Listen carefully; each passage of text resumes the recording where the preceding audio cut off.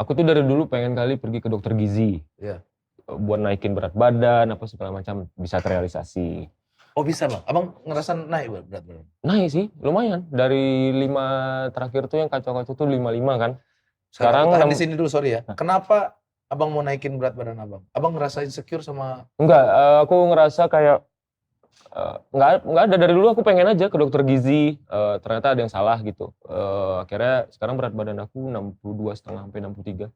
Dan target aku di 65, habis itu aku sekarang udah mulai workout, main bola. Hal-hal simple tapi yang bikin aku, oh ini ini bukan masalah duit seberapa banyak yang kau dapat, tapi ini masalah kayak ini dia, main bola hujan-hujan, wih, semenyenangkan itu. Aku kalau udah kena bola hujan-hujan, aku berasa di Olimpico Roma.